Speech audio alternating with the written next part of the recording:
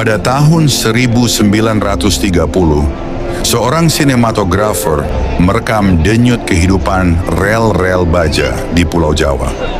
Film produksinya dibuat di bawah naungan Kinowerk Carli dan Co di Batavia dan kini tersimpan dalam koleksi iFilm Museum. Mengajak penonton menyusuri jalur perkereta apian yang dioperasikan oleh ASS, SCS, NIS, dan SS. Bukan sekadar dokumentasi perjalanan, film ini adalah potret tentang bagaimana kereta api menjadi simbol modernitas Hindia Belanda.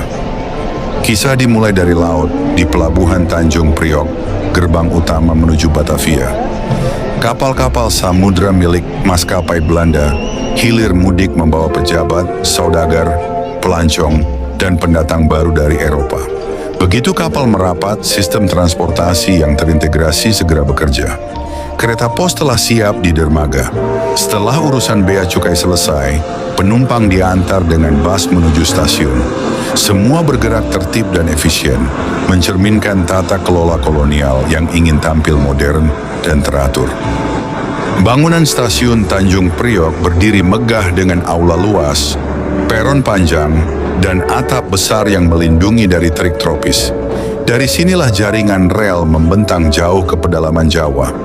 Di kawasan Batavia dan Weltevreden, bahkan telah beroperasi jaringan kereta listrik Elektrische Staatspoorwegen (ISS) menghubungkan pusat kota dengan pelabuhan. Kehadiran kereta listrik pada masa itu menandai tingkat kemajuan teknologi yang membanggakan pemerintah kolonial. Di balik operasional yang rapi itu berdiri perusahaan negara bernama Staatspoorwegen (SS), tulang punggung transportasi darat Hindia Belanda. Perusahaan ini berada langsung di bawah Departemen Perusahaan Pemerintah Kolonial. Secara organisasi, SS terbagi dalam perusahaan Jawa, perusahaan wilayah luar, Departemen Konstruksi Umum, dan Departemen Administrasi. Struktur tersebut menunjukkan pengelolaan yang terpusat dan profesional. Dari pembangunan rel dan jembatan hingga pengaturan keuangan serta operasional harian. Pada masa itu, panjang jaringan kereta api dan tram di seluruh Hindia Belanda mencapai sekitar 4.282 km dengan 2.875 km berada di Pulau Jawa. Angka ini menegaskan posisi Jawa sebagai pusat ekonomi dan politik kolonial. Rel-rel tersebut bukan hanya mengangkut penumpang, tetapi juga hasil bumi, gula, teh, kopi, dan tembakau menuju pelabuhan untuk diekspor ke pasar dunia. Deru uap dari pelabuhan, perjalanan menuju timur. Matahari baru saja terbit di Cakrawala, Pelabuhan Tanjung Priok. Di peron stasiun yang megah lokomotif uap raksasa sudah mendesis, mengeluarkan uap putih yang tebal.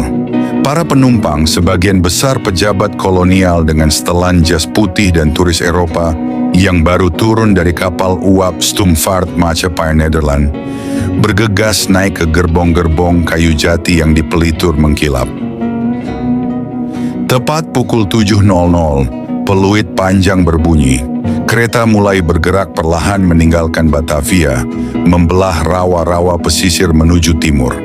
Lepas dari Cikampek, kereta melaju kencang di jalur datar menuju Cirebon.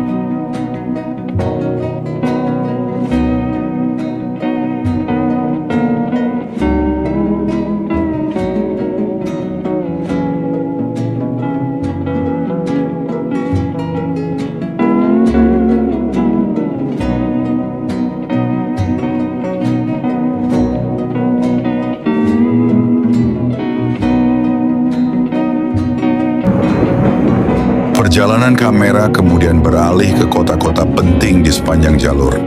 Di Cirebon, stasiun tampak sibuk.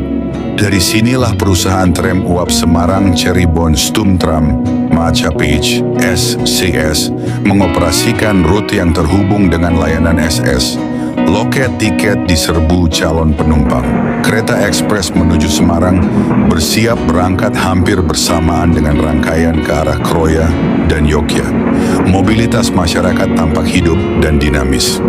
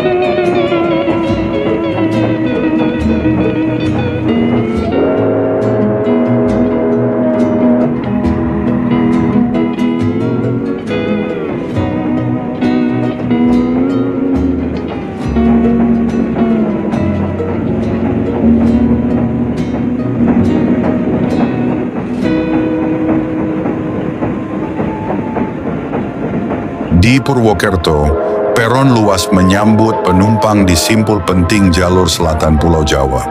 Sejak pagi, suasana telah hidup oleh bunyi peluit masinis dan derap kereta yang datang silih berganti. Di bawah atap peron yang tinggi, bayangan orang-orang bergerak memanjang diterpa cahaya matahari yang menembus sela-sela rangka baja. Di kejauhan, rel-rel membentang lurus menuju barat dan timur, menjadikan Purwokerto bukan sekadar tempat singgah, melainkan simpul pertemuan cerita. Dari kota ini, perjalanan menuju Surakarta, Solo, dan Kertosono terasa semakin dekat, dan setiap kedatangan maupun keberangkatan selalu membawa kisah baru yang tertinggal di peron yang luas itu.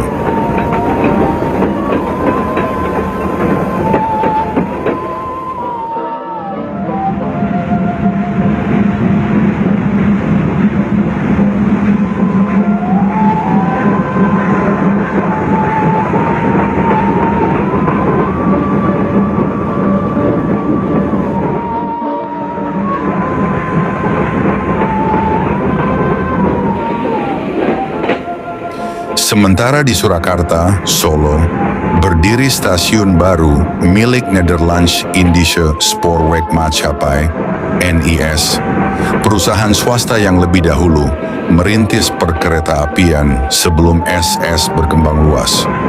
Meski berbeda kepemilikan, kerjasama operasional tetap terjalin. Kereta SS melintas dan dilayani oleh staf NIS, mencerminkan sinergi sekaligus persaingan dalam sistem transportasi kolonial.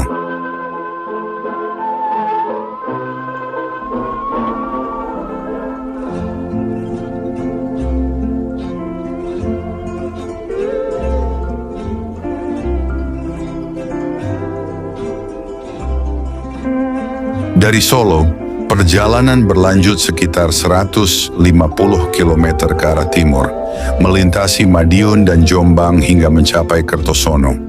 Di sana, stasiun luas berdiri di tengah lalu lintas yang sibuk. Sebatang pohon beringin tua menaungi halaman stasiun, seolah menjadi saksi bisu arus manusia, barang, dan perubahan zaman. Sepanjang perjalanan, lanskap Jawa terhampar. Pegunungan hijau, kebun teh yang tertata rapi, hamparan tebu, hingga kota-kota yang berkembang di sekitar rel. Infrastruktur jembatan baja, viaduk kokoh, bengkel modern, lokomotif uap dan listrik ditampilkan sebagai lambang kemajuan.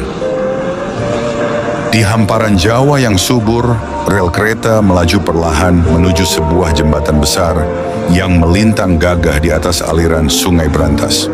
Air sungai mengalir tenang di bawahnya, sementara rangka baja jembatan berdiri kokoh menjadi penghubung penting antara wilayah-wilayah yang dipisahkan oleh arus sungai.